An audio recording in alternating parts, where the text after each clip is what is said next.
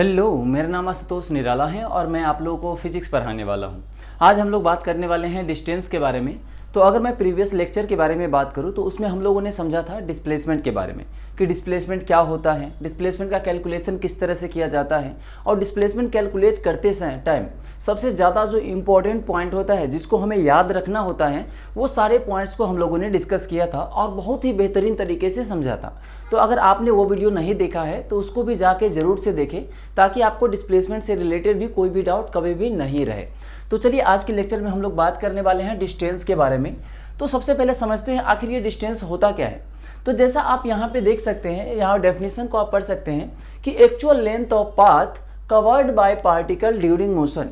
इसका मतलब क्या हुआ कि अगर मान लीजिए कोई पार्टिकल है जो कि मोशन कर रहा है, और पिछले लेक्चर में हम लोगों ने बात किया है कि यहाँ पे हम जब भी बात करेंगे तो पार्टिकल मोशन में होगा, यानी यहाँ पे जो भी हम कैलकुलेट करेंगे वो एक मोशन में रहने वाले पार्टिकल के लिए ही हम कैलकुलेशन करने वाले हैं। तो मान लीजिए पार्टिकल अगर मोशन में है तो वो कोई ना कोई तो पाथ से ही मोशन करेगा ना, तो वो जिस भी पाथ से मोशन करेगा उस पाथ का जो भी लेंथ होगा वही डिस्टेंस कहलाएगा। इसका मतलब वही है। अब इसको चलिए समझते हैं। मान लीजिए जैसे आप घर से स्कूटी लेके निकलते हैं, तो मान लीजिए घर से आपको कोचिंग तक जाना है, तो आपके कोई ज़रूरी तो नहीं है ना कि एक ही पाथ हो। कोचिंग तक जाने के लिए बहुत सारे पाथ होंगे आपके घर से, लेकिन एक चीज़ ज़रूर फिक्स है, जहाँ से आप निकल रहे हैं वो आपका घर है। आप किसी भी पाथ से जाएंगे तो घर से ही निकलेंगे और फाइनली पहुँचेंगे कहाँ? कोचिंग पे ही पहुँचेंगे। यानी आपका इनिशियल और फाइनल पॉइंट तो फिक्स है, बट पाथ अलग अलग हो जाता है कि नहीं? तो आप कहते हैं ना कि ये पाथ सबसे ये नज़दीक पड़ता है, इस पाथ से थोड़ा दूर पड़ता है। तो आप क्या सोच करके बोले हैं? तो यहाँ पे जो आप सोच के बोल रहे हैं ना कि ये नज़दीक पड़ता है और ये पाथ दूर पड़ता है, वो एक्चुअली डिस्टेंस ही है जिसको आप मेजर किए हुए हैं कि ये इधर से जाने से ज़्यादा ट्रेवल करना पड़ रहा है, इधर से जाने से कम ट्रेवल करना पड़ रहा है। तो वो जो आप कह रहे हैं कम ट्रेवल करना पड़ रहा है, इसका मतलब कम डिस्टेंस ट्रेवल करना पड़ रहा है। और जिधर से आपको ज़्यादा लंबा पड़ता है मतलब उधर से ज़्यादा डिस्टेंस आपको ट्रेवल करना पड़ता है। तो जैसा कि हम लोगों ने अगर पिछले क्लास को थोड़ा सा याद रखूं, अब थोड़ा सा अगर उसको यहाँ पे डिस्कस करना चाहूँ तो पिछले क्लास में मैंने डिस्प्लेसमेंट के बारे में ही केवल बात किया था और वहाँ पे समझा था कि अगर इनिशियल पॉइंट और फाइनल पॉइंट सेम हो तो डिस्प्लेसमेंट हर एक पाथ से सेम ही होता है।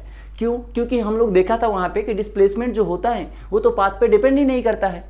और यहाँ पे हमने बात किया कि घर से निकल के आप कोचिंग तक जा रहे हैं, चाहे आप कितना भी पाथ से क्यों नहीं जा रहे, आप घर से निकल के और कोचिंग तक ही जा रहे हैं ना, तो आपका इनिशियल पॉइंट घर हो गया और फाइनल पॉइंट आपका कोचिंग हो गया। यानी इनिशियल पॉइंट और फाइनल पॉइंट हर एक पाथ के अलोंग क्या है? सेम है। तो वहाँ अगर मैं डिस्प्लेसमेंट की बात करूँगा तो हर एक पाथ से डिस्प्लेसमेंट सेम आएगा, लेकिन अगर मैं डिस्टेंस की बात करूँगा तो वही चीज़ हर एक पाथ से अलग अलग आ जाएगा। इसी पॉइंट को ध्यान में रखते हुए यहाँ पे हम लोगों ने एक पॉइंट लिखा है कि it is depends on nature of path. जैसा कि हम लोगों ने डिस्प्लेसमेंट के केस में डिस्कस किया था कि डिस्प्लेसमेंट जो होता है वो नेचर ऑफ पाथ पे डिपेंड ही नहीं करता। आप किसी भी पाथ से जाओ, अगर इनिशियल और फाइनल पॉइंट सेम है तो डिस्प्लेसमेंट सेम होगा, लेकिन यहाँ पे ऐसा बिल्कुल भी नहीं होने वाला। अगर आप अलग अलग पाथ से जाएंगे तो आपका डिस्टेंस भी अलग अलग होगा। ठीक है, अब यहाँ देखिए इसके ऊपर वाले अगर मैं पॉइंट की डिस्कस करूँ तो यहाँ लिखा हुआ है it is positive scalar quantity. अब इसका क्या मतलब हुआ पॉजिटिव स्केलर क्वांटिटी का? तो चलिए इसको समझते हैं। मान लीजिए आप जैसे मोटरसाइकिल से जाते हैं, तो जब आप मोटरसाइकिल से जाते हैं तो आप जैसे जैसे मोटरसाइकिल को ट्रेवल करते हैं, मीटर में जो किलोमीटर वाला यूनिट होता है वो बढ़ता चला जाता है ना। आप मोटरसाइकिल को कैसे भी घुमाएंगे तो वो जो किलोमीटर है वो बढ़ेगा ही बढ़ेगा। इसका मतलब क्या हुआ कि वो डिस्टेंस ट्रेवल कर रहा है, यानी वो जो काउंट कर रहा है मीटर में वो डिस्टेंस को काउंट कर रहा है, और डिस्टेंस कभी भी निगेटिव नहीं हो सकता। आप आगे चलिए या किधर भी घूम जाइए, आप डिस्टेंस ट्रेवल करेंगे ही करेंगे। अगर मोटरसाइकिल को घुमाते रहिएगा तो क्या उसमें किलोमीटर नहीं बढ़ेगा? बढ़ेगा ना। इसका मतलब क्या हुआ कि डिस्टेंस जो होता है हमेशा ही ऐड होगा, कभी भी माइनस नहीं होगा। यही चीज़ अगर हम लोगों ने डिस्प्लेसमेंट में देखा था कि जब पार्टिकल ऊपर गया था तो पॉजिटिव लिया था तो पॉजिटिव डिस्प्लेसमेंट हुआ था, फिर पार्टिकल नीचे आया था तो डिस्प्लेसमेंट निगेटिव हो गया था। यानी जहां से पार्टिकल गया था फिर वहीं पे आ गया था तो नेट डिस्प्लेसमेंट जीरो था। लेकिन डिस्टेंस के केस में ऐसा नहीं होगा, यानी आप जाते जिधर जाएंगे डिस्टेंस हमेशा ही उसमें ऐड ही होगा। ये चीज़ समझ में आया? डिस्टेंस हमेशा पॉजिटिव होगा, ये कभी निगेटिव नहीं हो सकता। इस पॉइंट का वही मतलब है कि डिस्टेंस जो है वो पॉजिटिव स्केलर क्वांटिटी है। ये चीज़ समझ में आया? यहाँ वेक्टर नहीं है, और वेक्टर नहीं है तो हम डिस्टेंस के लिए कोई भी डायरेक्शन का ध्यान में नहीं रखेंगे, क्योंकि डायरेक्शन हम तभी ध्यान में रखते हैं जब कोई क्वांटिटी क्या हो? वेक्टर हो। ये चीज़ समझ में आया या नहीं आया? तो ये डिस्टेंस जो है वो स्केलर क्वांटिटी है, यानी ये वो भी पॉजिटिव स्केलर क्वांटिटी, ये कभी निगेटिव नहीं हो सकता। डिस्टेंस के लिए हमें कोई भी डायरेक्शन के ध्यान में रखने की जरूरत नहीं है। मान लीजिए अगर मैं फर्स्ट एग्जाम्पल के हिसाब से अगर मैं आपको समझाऊँ तो मान लीजिए कोई पाथ है ऐसा, मान लीजिए ए पॉइंट ये था और ए पॉइंट से पार्टिकल इस तरह से बी पॉइंट तक गया है। ये चीज़ समझ में आया, ए से बी तक गया है और मुझे ये बताना है कि पार्टिकल जब ए से बी गया है इस पाथ के अलोंग तो पार्टिकल ने कितना डिस्टेंस ट्रेवल किया होगा। तो हम क्या करेंगे, ये जैसे जैसे पाथ है इस पाथ का लेंथ हम मेजर कर लेंगे। तो इस पाथ का लेंथ जो भी आएगा, यानी इस पाथ का जो भी हम लेंथ मेजर करेंगे वही पार्टिकल के डिस्टेंस के इक्वल हो जाएगा। ये चीज़ समझ में आया या नहीं आया? यह चीज़ हम लोगों ने डिस्प्लेसमेंट कल के लेक्चर में डिस्प्लेसमेंट में देखा था कि जब हमने डिस्प्लेसमेंट कैलकुलेट करना होता है ए टू बी तो हम क्या करते थे, ए और बी को स्ट्रेट लाइन से मिला देते थे और उस लाइन का जो भी लेंथ होता था वही डिस्प्लेसमेंट हो जाता था, क्योंकि डिस्प्लेसमेंट शॉर्टेस्ट डिस्टेंस होता था कोई भी दो पॉइंट के बीच का। लेकिन डिस्टेंस में ऐसा नहीं है, डिस्टेंस जैसे जैसे पार्टिकल गया होगा उस पाथ का लेंथ आपको मेजर करना पड़ेगा। ये चीज़ समझ में आया, क्योंकि ये पाथ पे डिपेंड करता है। यहाँ तक क्लियर है? तो चलिए अगर यहाँ तक क्लियर हो तो फिर हम इसको दूसरे एग्जाम्पल से समझने की और बेहतर तरीके से कोशिश करते हैं। जैसा कि पिछले क्लास में हम लोगों ने एग्जाम्पल लिया था, उसी एग्जाम्पल को हम यहाँ पे लाएंगे और इसमें डिस्प्लेसमेंट की तरह ही डिस्टेंस को बेहतरीन तरीके से समझने की कोशिश करेंगे। तो यहाँ से जैसा कि हमने बात किया, मान लीजिए ए टू बी जाना है तो बहुत सारे पाथ पॉसिबल होगा। मान लीजिए एक पाथ सीधा इसको स्ट्रेट लाइन से इस तरह से मिलाता है, मान लीजिए दूसरा पाथ है जो कि इस तरह से कर्व होकर यहाँ तक जाता है, और एक तीसरा पाथ है जो कि बहुत ही ज़्यादा ऐसे घूम फिर के ऐसे जा रहा है, आराम से चलता फिरता। ठीक है, ये तीन पाथ है। चलिए मैं इसको नाम दे देता हूँ पाथ 1, पाथ 2 और पाथ 3। क्लियर है? अब देखिए पार्टिकल ए टू बी जा रहा है, इनिशियल पॉइंट तो ए है और फाइनल पॉइंट बी है, तीनों ही पाथ के अलोंग। तो यहाँ देखिए पाथ 1 के अलोंग कुछ ऐसा जा रहा है, पाथ 2 के अलोंग स्ट्रेट लाइन में इस तरह से जा रहा है, और पाथ 3 के अलोंग पार्टिकल इस तरह से कर्व पाथ पे मोशन कर रहा है और जा रहा है बी तक। हमें कैलकुलेट करना है कि ए में डिस्टेंस कितना ट्रेवल करेगा, बी सेकेंड में कितना करेगा और थर्ड पार्ट में पार्टिकल डिस्टेंस कितना ट्रेवल करेगा। तो यहाँ जरा ध्यान से समझिएगा, कल जैसा ही है, यानी डिस्प्लेसमेंट में जो हम डिस्कस किया था वैसा ही है, लेकिन यहाँ थोड़ा पाथ पे आपको एक्स्ट्रा ध्यान रखना पड़ेगा।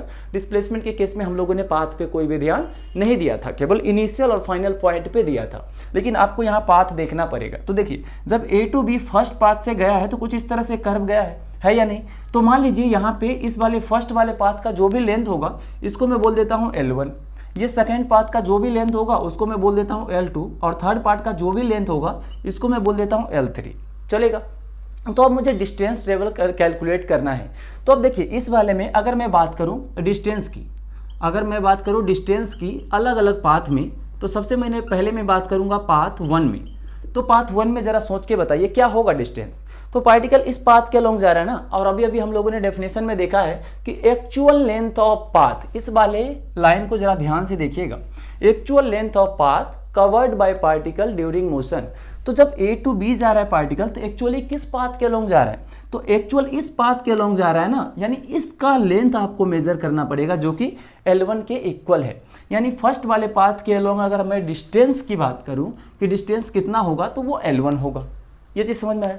फिर अगर मैं बात करूं सेकंड वाले पाथ के अलोंग, अगर यही डिस्टेंस की अगर मैं बात सेकंड वाले पाथ के अलोंग करूं तो देखिए सेकंड वाले पाथ के अलोंग एक्चुअली पार्टिकल गया किस पे है? तो इस वाले लाइन स्ट्रेट लाइन पे जिसका लेंथ कितना है? L2 है।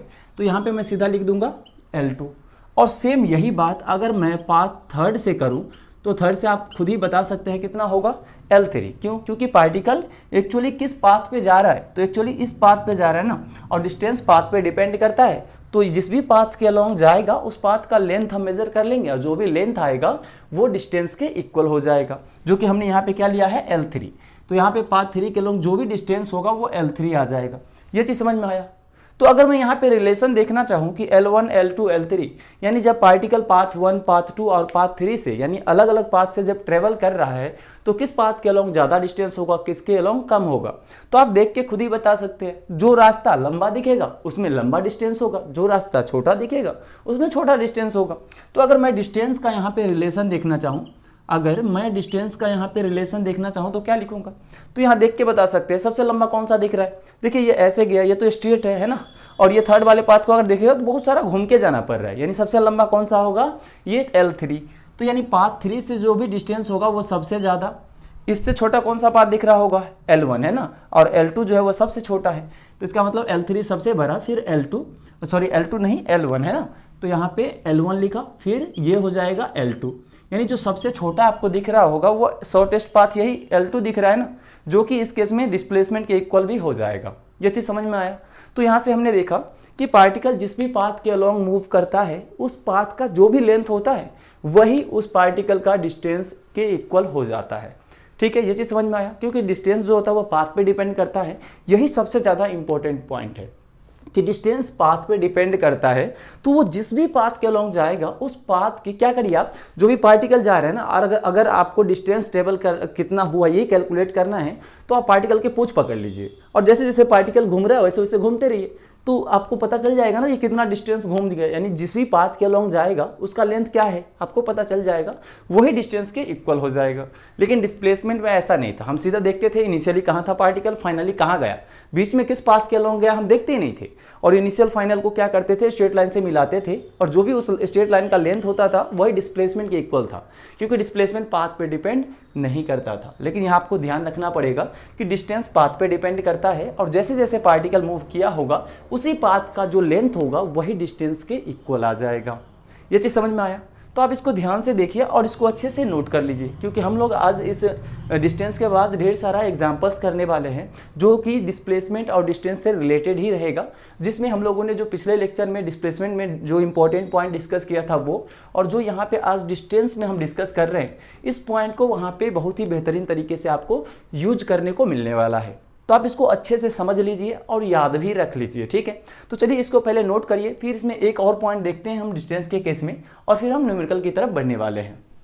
अब चलिए कुछ इंपॉर्टेंट पॉइंट के बारे में देखते हैं कि कुछ इंपॉर्टेंट पॉइंट किस तरह से हम लोगों को ध्यान रखना है, ताकि डिस्टेंस का जब भी हम कैलकुलेशन करेंगे तो वहाँ पे जो भी मिस्टेक होने की चांसेस होती हैं वो कम से कम हो। तो चलिए यहाँ ध्यान देते हैं सबसे पहले पॉइंट पे। तो यहाँ लिखा हुआ है distance depends on nature of path. जैसा कि हम लोगों ने अभी अभी डिस्कस भी किया था कि डिस्टेंस जो होता है वो पाथ पे डिपेंड करता है कि पार्टिकल कैसे जा रहा है। तो जिस भी पाथ के अलोंग जाएगा उस पाथ का लेंथ ही डिस्टेंस के इक्वल होता था, यानी डिस्टेंस पाथ पे डिपेंड करता है, इसका मतलब यही है। तो ये एक इंपॉर्टेंट पॉइंट है, इसलिए हमने दोबारा भी इसको मेंशन किया है। अब चलिए दूसरे पॉइंट पे हम लोग बात करते हैं। यहाँ पे लिखा हुआ है डिस्टेंस ऑलवेज ग्रेटर देन और equal to magnitude of displacement. जरा इस पॉइंट पे आप ध्यान दीजिए, यहाँ पे लिखा हुआ है मैग्नीट्यूड ऑफ डिस्प्लेसमेंट। यहाँ पे सीधा डिस्प्लेसमेंट क्यों नहीं लिखा हुआ है, मैग्नीट्यूड ऑफ डिस्प्लेसमेंट क्यों लिखा हुआ है, इसके बारे में भी अभी हम समझने वाले हैं। तो यहाँ क्या है, डिस्टेंस ऑलवेज ग्रेटर देन और equal to magnitude of displacement. अब कैसे पता चला ये सही है या गलत है, तो चलिए सबसे पहले हम समझते हैं कि ये डिस्टेंस डिस्प्लेसमेंट के हमेशा या तो बड़ा होगा या फिर उसके इक्वल होगा। वो कैसे होगा उस पर ध्यान देते हैं। तो अभी अभी हम लोगों ने एक डायग्राम ड्रॉ किया था, ए और बी पॉइंट तक जाने तक हमने 3 पॉसिबल पाथ इस तरह से ड्रॉ किया था, जो कि इस तरह से कुछ घूमता हुआ तीसरा पाथ जा रहा था, कुछ ऐसा ही था। और यहाँ पे हम लोगों ने नाम दिया था पाथ 1, पाथ 2 और पाथ 3, इस तरह से। और पार्टिकल ए टू बी तीनों ही पाथ से जा रहा है। तो यहाँ पे हमें यही देखना है कि डिस्प्लेसमेंट और डिस्टेंस में क्या रिलेशन आने वाला है। तो देखिए हमने पिछले लेक्चर में बात किया था डिस्प्लेसमेंट के बारे में, तो वहाँ से आपको बिल्कुल समझ में आ गया होगा कि डिस्प्लेसमेंट क्या होता है। तो डिस्प्लेसमेंट के लिए हम केवल क्या देखते थे कि पार्टिकल इनिशियली कहाँ पे हैं और फिर उसके बाद फाइनली गया कहाँ पे, यानी बीच में कौन से पाथ से जा रहा है, इस बात पे तो डिस्प्लेसमेंट डिपेंड ही नहीं करता था। तो चलिए इसको भी हम कुछ मान लेते हैं कि ये जो पाथ फर्स्ट है इसका जो भी लेंथ होगा तो वो L1 की इक्वल है, जैसा कि अभी हमने लिया था। इसका L2 है और इसका L3, इस तरह से इस पाथ का लेंथ है। अब हम बात करते हैं, देखिए तो हम लोग पिछले वीडियो में बात किया था डिस्प्लेसमेंट के बारे में कि पार्टिकल केवल इनिशियल और फाइनल देखते हैं कि कहाँ पे है और बस उस दोनों पॉइंट को मिला देते हैं। जो भी उस दोनों पॉइंट के बीच में शॉर्टेस्ट डिस्टेंस यानी शॉर्टेस्ट पाथ होगा वही उसका डिस्प्लेसमेंट कहलाएगा। तो यहाँ जरा ध्यान से देखिए, पार्टिकल तीनों ही केस में ए टू बी जा रहा है। अब जब तीनों ही केस में ए टू बी जा रहा है इसका मतलब इनिशियल पॉइंट और फाइनल पॉइंट सेम है, इसका मतलब तीनों ही पाथ के अबाउट जो डिस्प्लेसमेंट होगा वो सेम होगा। और वो किसके इक्वल होगा, तो जो भी ए बी के बीच में जो शॉर्टेस्ट पाथ होगा, जो भी शॉर्टेस्ट पाथ होगा उसी के इक्वल होगा, जो कि यहाँ के कौन से पाथ है, पाथ 2 है। तो यहाँ पे अगर आप ध्यान देंगे तो यहाँ पे अगर मैं सबसे पहले डिस्प्लेसमेंट के बारे में ही बात कर लेता हूँ कि डिस्प्लेसमेंट किसके इक्वल होगा। तो डिस्प्लेसमेंट अगर मैं बात करूँ तो किसके इक्वल हो जाएगा, L2 के इक्वल हो जाएगा। हो जाएगा या नहीं हो जाएगा, हो जाएगा, ठीक है। अब चलिए हम डिस्टेंस की बात करते हैं। तो अगर मैं डिस्टेंस की बात करूं तो डिस्टेंस का अभी अभी हम लोगों ने रिलेशन देखा था, जो जितना लंबा पाथ होगा डिस्टेंस उतने ही ज़्यादा होगा। तो यहाँ पे डिस्टेंस देखिए क्या है, L3 सबसे ज़्यादा, उसके बाद L1 और उसके बाद L2 है या नहीं। तो यहाँ जरा देखिए, दोनों को जरा कंपेयर करिए। ये L2 जो है वो डिस्टेंस के केस में सबसे पीछे आ रहा है, तो यही लिखा हुआ है डिस्टेंस जो होगा वो हमेशा मैग्नीट्यूड के इक्वल या फिर उससे ज़्यादा होगा। तो देखिए ये भी L2 है, ये मतलब L2 यहाँ इस केस में क्या है, डिस्टेंस है। L1 भी डिस्टेंस है, L3 भी डिस्टेंस है, लेकिन यहाँ जो L2 दिख रहा है वो डिस्प्लेसमेंट है। तो देखिए L2 डिस्प्लेसमेंट तो है ही और ये डिस्टेंस में भी आ रहा है, तो ये दोनों इक्वल भी हो सकता है ना। जब पार्टिकल मान लीजिए दूसरे वाले पाथ से जाएगा तो जितना डिस्प्लेसमेंट होगा उतने ही डिस्टेंस होगा या नहीं। लेकिन इसके अलावा पार्टिकल जब वन पाथ से जाएगा तो डिस्टेंस तो L1 के इक्वल आएगा, बट डिस्प्लेसमेंट L2 के इक्वल ही आएगा। क्यों?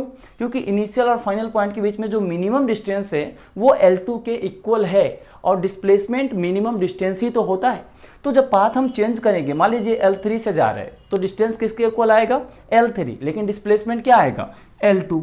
समझ में आया या नहीं आया? यानी डिस्टेंस और डिस्प्लेसमेंट दोनों इक्वल कब आया था, जब इस L2 वाले यानी सेकेंड पाथ से के अलोंग जब पार्टिकल मूव कर रहा था। क्यों? क्योंकि ये शॉर्टेस्ट पाथ है, और जब शॉर्टेस्ट पाथ पे पार्टिकल मूव करेगा तो जो डिस्प्लेसमेंट होगा वही डिस्टेंस के इक्वल हो जाएगा। ये चीज़ समझ में आया? तो इसी वाले को अगर मैं रिलेशन मैथमेटिकल कुछ फॉर्मेट दूँ तो क्या लिखूंगा कि डिस्टेंस जो होगा वो डिस्टेंस ये ऑलवेज ग्रेटर देन और इक्वल टू, क्या लिखा हुआ है वहाँ पे, मैग्नीट्यूड ऑफ डिस्प्लेसमेंट। यानी मैग्नीट्यूड को हम लोग ऐसे मॉड लगा देते हैं, तो मैग्नीट्यूड ऑफ डिस्प्लेसमेंट। ये चीज़ समझ में आया? इसमें किसी को डाउट है तो बोलिए। अब यहाँ बात करते हैं आखिर हमने मैग्नीट्यूड क्यों लगाया है। आपने वेक्टर में देखा होगा मॉड का मतलब मैग्नीट्यूड होता है ना, तो इसको समझाने वाली तो कोई बात है ही नहीं। तो चलिए हम बात करते हैं मॉड के बारे में। तो मॉड के बारे में आप लोगों ने वेक्टर में देखा होगा कि मॉड जो होता है हमेशा पॉजिटिव वैल्यू देती है, और हम लोगों ने अभी अभी बात किया था कि जो डिस्टेंस होता है वो पॉजिटिव स्केलर क्वांटिटी होता है, जबकि डिस्प्लेसमेंट जो होता है वो पॉजिटिव भी हो सकता है, निगेटिव भी हो सकता है और जीरो भी हो सकता है। तो मान लीजिए यहाँ पे अगर मैं मॉड नहीं लगाता और डिस्प्लेसमेंट निगेटिव होता तो ये निगेटिव और यहाँ इक्वलिटी अगर इक्वल हो जाते तो कभी डिस्टेंस और displacement positive equal to negative कैसे हो सकता है? नहीं हो सकता ना। तो ये कभी निगेटिव नहीं हो सकता, जबकि डिस्प्लेसमेंट निगेटिव भी हो सकता है, इसलिए मैंने मॉड लगा दिया कि इसका वैल्यू हमेशा ही पॉजिटिव आएगा। ये चीज़ समझ में आया? तो हमेशा ये डिस्टेंस जो होगा वो मॉड ऑफ डिस्प्लेसमेंट यानी मैग्नीट्यूड ऑफ डिस्प्लेसमेंट के या तो इक्वल होगा या से उससे ज़्यादा ही होगा। डिस्टेंस कभी भी डिस्प्लेसमेंट से कम नहीं हो सकता। अब समझने वाली बात यहाँ पे ये है कि ये तो चलिए समझ में आ गया कि डिस्टेंस जो है वो डिस्प्लेसमेंट से ज़्यादा होगा। अब ये इक्वल टू वाला क्या होगा, अभी हम लोगों ने समझा था इक्वलिटी कब होगा, जब ये शॉर्टेस्ट पाथ के अलोंग पार्टिकल मोशन करेगा। तो इसको भी हम लोग एक स्टैंडर्ड टर्म में बात कर लेते हैं। यहाँ पे एक लाइन लिख लेते हैं कि इक्वलिटी होल्ड कब करेगा। तो यहाँ पे हम एक लाइन लिखेंगे, equality hold when particle moving along straight line, moving along straight line. SL का मतलब स्ट्रेट लाइन। क्या यही सफिशिएंट है या ये इसमें कुछ और ऐड करने की जरूरत है, या क्या लिखा हुआ है, equality hold when particle moving along straight line. अब इसमें देखिए क्या ध्यान रखने वाली बात है, विदाउट चेंज इन डायरेक्शन। ये चीज़ समझ में आया? विदाउट चेंज इन डायरेक्शन, तब जाके हम कह सकते हैं कि जो डिस्टेंस होगा वो डिस्प्लेसमेंट के इक्वल होगा। यानी पार्टिकल जब किसी स्ट्रेट लाइन में मोशन करेगा विदाउट चेंज इन डायरेक्शन, यानी कोई भी डायरेक्शन में चेंज नहीं किए हुए, तो जो भी उस केस में डिस्टेंस होगा वही डिस्प्लेसमेंट के इक्वल हो जाएगा। जैसे देखिए फर्स्ट वाले पाथ के अलोंग पार्टिकल ऐसे मूव कर रहा है या नहीं कर रहा, तो पहली बात तो ये स्ट्रेट लाइन है नहीं, तो इस केस में कभी डिस्प्लेसमेंट डिस्टेंस इक्वल हो ही नहीं सकता। तो यहाँ पे डिस्टेंस डिस्प्लेसमेंट से हमेशा ही ज़्यादा आएगा। ये चीज़ समझ में आया? लेकिन सेकंड पाथ के अलोंग देखिए ये एक स्ट्रेट लाइन है और पार्टिकल सीधा A to B ऐसे गया था, तो जितना डिस्टेंस आया था वही डिस्प्लेसमेंट आया था। क्यों? क्योंकि डिस्टेंस भी होता है पाथ का लेंथ, और A to B में यही स्ट्रेट लाइन ही है जिसके अलोंग गया है, तो इसका लेंथ जो भी L2 के इक्वल होगा वो डिस्टेंस होगा। और जब मैं डिस्प्लेसमेंट बोलूंगा उस केस में बोलूंगा A to B जो मिनिमम डिस्टेंस होगा जो कि इसी पाथ के लेंथ के इक्वल आ जाएगा। तो इस केस में डिस्टेंस और डिस्प्लेसमेंट दोनों ही आपस में इक्वल हो जाएगा। यहाँ तक किसी को कोई डाउट है तो बताइए, और अच्छे से आप इसको अच्छे से याद भी रखिएगा। इसको आप याद कर लीजिएगा, डिस्टेंस जो है हमेशा मैग्नीट्यूड ऑफ डिस्प्लेसमेंट के या तो ज़्यादा होगा या फिर उसके इक्वल होगा। और कैसे होगा अभी हम लोगों ने बहुत ही बेहतरीन तरीके से समझा है। तो आप इसको पहले नोट कर लीजिए। अब इसके बाद हम लोग न्यूमेरिकल करने वाले हैं। तो अब जो भी डाउट आया होगा, यानी अभी तक आपको अगर 10 to 15% भी समझ में आया होगा, तो बाकी 19% या जो भी 85% बचा हुआ है उसको हम न्यूमेरिकल से 100% क्लियर कर लेंगे। तो आप इसको पहले नोट करिए और फिर हम बढ़ते हैं न्यूमेरिकल की तरफ। वहाँ से जो भी छूटा हुआ कंसेप्ट होगा वो डेफिनेटली क्लियर हो जाएगा। तो पहले आप इसको नोट कर लीजिए। अब चलिए हम लोग देखने वाले हैं एग्जाम्पल के बारे में कि आखिर डिस्टेंस और डिस्प्लेसमेंट से रिलेटेड जो भी एग्जाम्पल होते हैं उनमें किन चीज़ों को ध्यान रख के और एग्जाम्पल को सोल्व करना होता है। तो अभी हम लोगों ने डिस्टेंस और डिस्प्लेसमेंट के बारे में अच्छे से डिस्कस कर चुके हैं। अब इस एग्जाम्पल को अच्छे से समझकर एटम आराम से कर सकते हैं। तो चलिए सबसे पहले इसको सोल्व करते हैं और फिर इसमें देखते हैं कि एक्स्ट्रा और किन किन चीज़ों पर हमें ध्यान रखने की ज़रूरत है जो कि सोल्यूशन करते टाइम मिस्टेक होने की चांसेस होती हैं।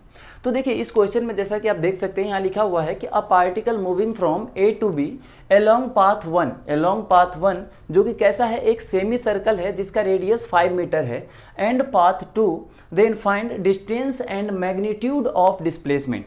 अब देखिए यहाँ मैग्नीट्यूड ऑफ डिस्प्लेसमेंट लिखा हुआ है, इसका मतलब यहाँ पे आपको साइन पे ध्यान देने की ज़रूरत नहीं है। अगर आपको सीधा बोला जाता कि फाइंड डिस्प्लेसमेंट, देन आपको उस पे साइन पे भी ध्यान रखने की ज़रूरत पड़ने वाला था।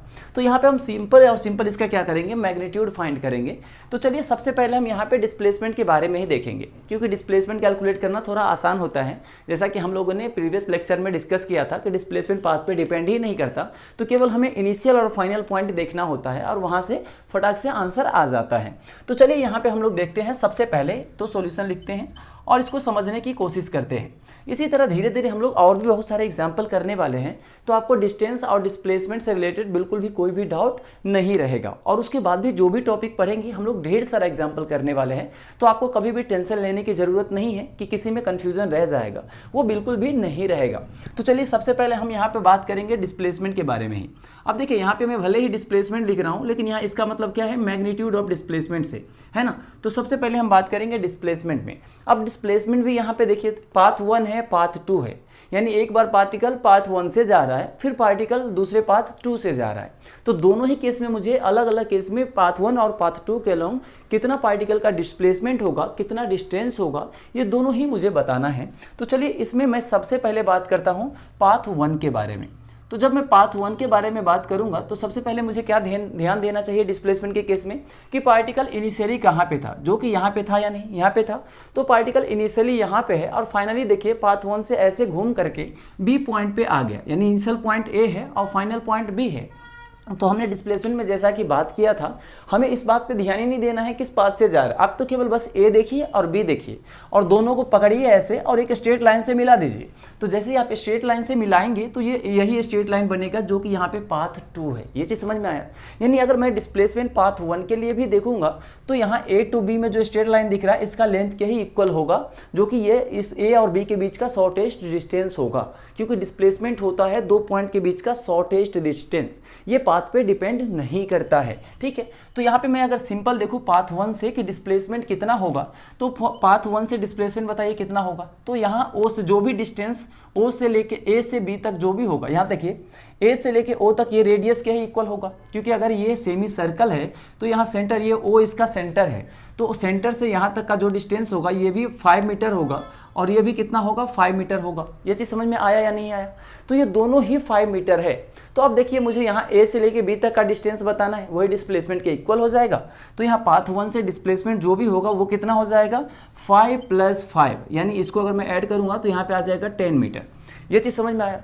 और सेम चीज़ अगर मैं पाथ 2 से अगर मैं बात करूं कि पाथ 2 से यही डिस्प्लेसमेंट कितना आएगा, तो पाथ 2 से बताइए कितना आएगा।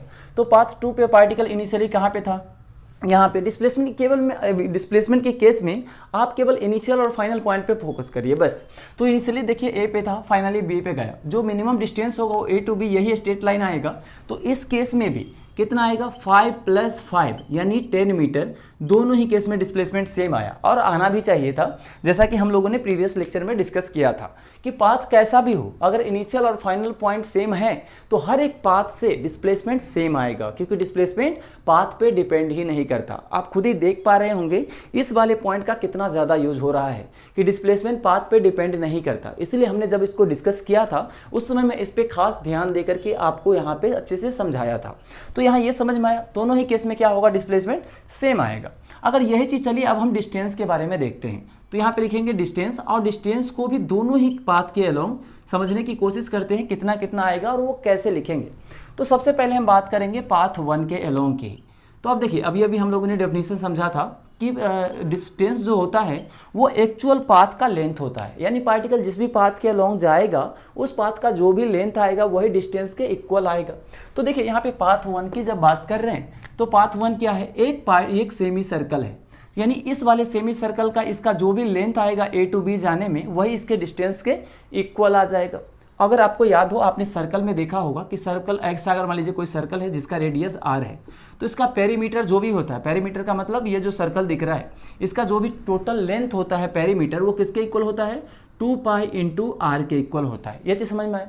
और यही चीज़ का यहाँ सेमी सर्कल है ना, सेमी का मतलब होता है इसको सेम दो पार्ट में डिवाइड कर दिया, यानी जो हमें क्वेश्चन में गिवन है वो केवल ये है, यानी इसका आधा पार्ट गिवन है। इसका मतलब क्या हुआ कि सेमी सर्कल का जो लेंथ होगा वो किसके इक्वल होगा, 2 पाई आर डिवाइडेड बाई 2, ठीक है, क्योंकि कंप्लीट सर्कल का जो पेरीमीटर होता है वो 2 पाई आर होता है और यहाँ पे हाफ सर्कल दिखाया गया है, मतलब उसका हाफ कर देंगे। तो यहाँ पाथ 1 के अलोंग हमें कितना हो जाएगा, distance 2 pi R divided by 2। ये समझ में आया। तो यहाँ से ये दोनों कैंसिल हो जाएगा और यहाँ से आपको मिल जाएगा पाई इंटू आर, और आर की वैल्यू हमें गिवन है 5 मीटर, तो यहाँ पे हम पुट कर देंगे तो हमें क्या मिल जाएगा, पाई इंटू 5। इसका मतलब जो डिस्टेंस आ गया वो आ गया 5 पाई मीटर। आप चाहे तो पाई की वैल्यू भी पुट कर सकते हैं 3.14, लेकिन आप चाहे तो पाई के टर्म में भी वो आंसर दे सकते हैं, ऑप्शन में जैसा रहेगा वैसा आप कर सकते हैं। तो अब चलिए देखते हैं पाथ 2 के अलोंग कितना डिस्टेंस होगा। तो पाथ 1 के अलोंग अभी हम लोगों ने देख लिया कि किस तरह से कैलकुलेट करेंगे। तो यहाँ पे देखिए पाथ 2 के अलोंग यानी A to B ऐसे जा रहा है, तो यानी A to B यानी पाथ अलोंग 2 तो यही है ना, स्ट्रेट लाइन, यानी जो स्ट्रेट लाइन का लेंथ होगा वही डिस्टेंस आ जाएगा सेकंड वाले पाथ के अलोंग। तो यहाँ देखिए A to B में कितना आएगा, तो 5 + 5 यानी 10 मीटर। तो देखिए ये जो आया है सेकंड पाथ के लॉन्ग डिस्प्लेसमेंट वो डिस्टेंस के इक्वल आया है। और अभी हम लोगों ने डिस्कस भी किया था कि अगर पार्टिकल बिना डायरेक्शन चेंज किए अगर स्ट्रेट लाइन में मोशन करता है तो उस पाथ के अलॉन्ग डिस्टेंस और डिस्प्लेसमेंट दोनों ही इक्वल होता है। तो देखिए A to B में जब पार्टिकल ऐसे जा रहा है तो ये स्ट्रेट लाइन पे ही जा रहा है ना, तो जितना डिस्प्लेसमेंट होगा वही डिस्टेंस के इक्वल आ जाएगा। जैसा कि यहाँ पे 10 था, यहाँ भी 10 आया। ये चीज़ समझ में आया। तो इस वाले क्वेश्चन से बस अभी आपको इतना समझ में आया है कि जब भी हम डिस्प्लेसमेंट कैलकुलेट करेंगे तो केवल इनिशियल और फाइनल पॉइंट पे ध्यान रखेंगे, बीच में कैसे गया है इस बात से हमको कोई लेना देना नहीं होगा। यानी इनिशियल और फाइनल पॉइंट को स्ट्रेट लाइन से मिला देंगे और उस स्ट्रेट लाइन से जो बना है मिलाने के बाद उसका जो भी लेंथ होगा वही डिस्प्लेसमेंट के इक्वल हो जाएगा। बस इतना आपको ध्यान रखना है। और डिस्टेंस के लिए आपको ये ध्यान रखना है कि पार्टिकल किस पाथ से जा रहा है। जिस भी पाथ से जैसे जैसे पार्टिकल जाएगा उसका पूछ पकड़ लीजिए और उस पाथ का लेंथ आप मेजर करते चले जाइए और बाद में ऐड कर दीजिए सबको, वही डिस्टेंस के इक्वल हो जाएगा। क्योंकि डिस्टेंस पाथ पे डिपेंड करता है, इसलिए आपको उसमें पाथ पे ध्यान देना पड़ेगा। ये चीज़ समझ में आया? तो आप इसको अच्छे से समझिए और इसको नोट कर लीजिए। फिर हम देखते हैं नेक्स्ट एग्जाम्पल में, और वहाँ पे और भी आपको समझने की कुछ नया चीज़ मिलने वाला है। तो आप पहले इसको नोट कर लीजिए। अब चलिए बात करते हैं एग्जाम्पल नंबर 2 के बारे में। और यहाँ पे देखते हैं कि डिस्प्लेसमेंट और डिस्टेंस के केस में हमें किन किन चीज़ों को और भी ज़्यादा ध्यान रखने की ज़रूरत है। यहाँ पे हम लोगों को हो सकता है कभी ज्योमेट्री का यूज करना पड़ सकता है। इन सारी पॉइंट्स को इस वाले एग्जाम्पल में ध्यान रखने वाले हैं। तो चलिए सबसे पहले हम लोग क्वेश्चन पढ़ते हैं और समझने की कोशिश करते हैं कि पार्टिकल का मोशन एक्चुअल में हो कैसे रहा है। तो क्वेश्चन में जैसा कि लिखा हुआ है कि एक पार्टिकल है जो कि A to G जा रहा है, जो कि A B C D E F G वाले पाथ के अलॉन्ग मूव कर रहा है। इस केस में हमें बताना है कि जब पार्टिकल A to G गया है उस तब पार्टिकल ने कितना डिस्टेंस ट्रेवल किया होगा, पार्टिकल का डिस्प्लेसमेंट कितना होगा।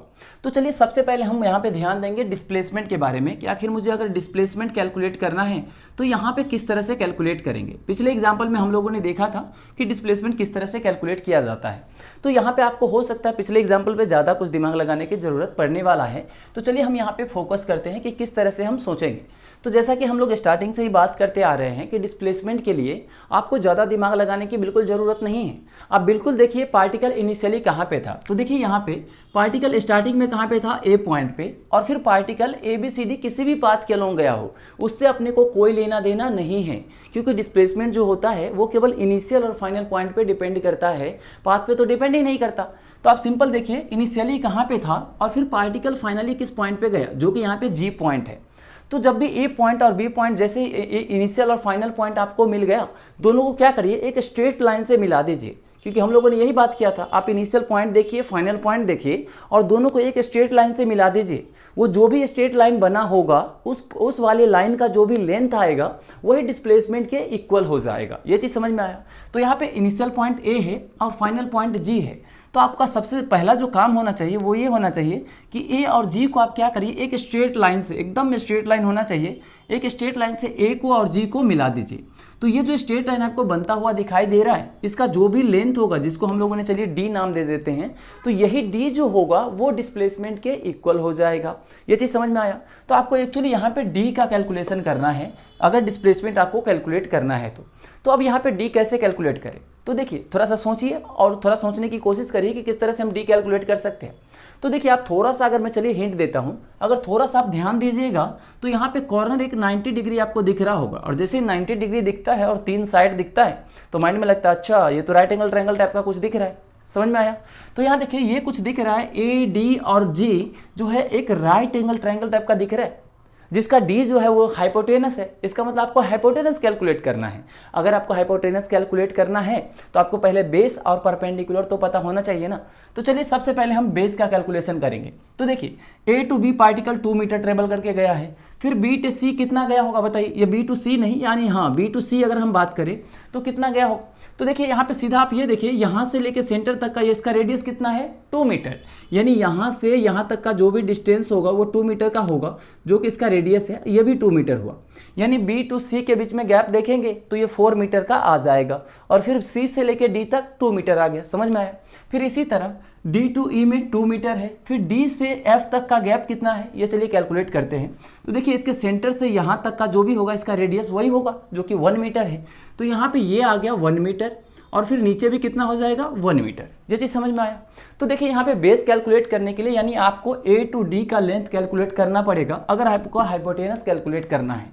तो चलिए ए टू डी की अगर हमें बात करूँ तो ए से डी तक के लिए ये 2 मीटर प्लस 2 प्लस 2 प्लस 2 यानी 4 इंटू 2 करेंगे, यानी यहाँ से लेके यहाँ तक ये 8 मीटर हो गया ना। ए टू डी का अगर मैं डिस्टेंस की बात करूँ तो देखिए जरा ध्यान से, ये एक स्ट्रेट लाइन ही होगा ना बेस अगर मैं ड्रॉ करूंगा तो यहाँ 2 प्लस 2 प्लस 2 प्लस 2 8 मीटर हो गया। उसी तरह अगर मैं डी से लेके जी तक का कैलकुलेट करूँ, आखिर हम ये कैलकुलेट कर क्यों रहे, तो जैसा कि अभी बात किया मुझे डी कैलकुलेट करना है और ये डी जो है वो ए डी और जी राइट एंगल ट्रायंगल का हाइपोटेनस है, इसलिए मैं बेस कैलकुलेट किया। अब परपेंडिकुलर कैलकुलेट करता हूँ। तो देखिए ये 2 metre 1 metre 1 metre plus 2 metre यानी 2 प्लस 1 3 3 प्लस 1 4 4 प्लस 2 6, यानी यहाँ से डी से लेकर के जी तक का जो भी होगा वो 6 मीटर के इक्वल होगा। ये चीज़ समझ में आया। सिंपल आपको ऐड करके बस उसका लेंथ कैलकुलेट करना है। अब देखिए ए डी और जी जो राइट एंगल ट्रायंगल है उसका 2 साइड पता है और आपको हाइपोटेनस कैलकुलेट करना है। तो सिंपल आप क्या करेंगे, अंडर रूट बेस का स्क्वायर प्लस परपेंडिकुलर का स्क्वायर, यानी यहाँ हम डिस्प्लेसमेंट कैलकुलेट करेंगे जिसको हमने क्या बोला है डी के ही इक्वल आएगा। तो चलिए इसको हम फॉर्मूला सबसे पहले लिख लेते हैं जो कि आपने 9th 10th लेवल पे भी पढ़ा होगा। तो यहाँ पे सबसे पहले क्या करेंगे, ए टू डी का जो भी लेंथ होगा उसका स्क्वायर प्लस जो भी डी से लेके जी तक का जो भी लेंथ होगा उसका स्क्वायर कर देंगे। ये चीज़ समझ में आया। तो चलिए अब हम इसमें वैल्यू पुट कर देते हैं। तो वैल्यू जब पुट करेंगे तो आपका यहाँ पे 8 का स्क्वायर मिलेगा, फिर प्लस करके 6 का स्क्वायर मिलेगा। क्लियर है। और 8 का स्क्वायर कितना होता है तो आपको तो याद ही होगा ये सब है ना। 8 का स्क्वायर 64 प्लस 6 का स्क्वायर 36। तो जब आप 64 और 36 को जब ऐड करेंगे तो कितना मिल जाएगा, अंडर रूट 100 और 100 मिल गया। इसका मतलब अंडर रूट से बाहर निकलेगा तो कितना हो जाएगा 10 मीटर।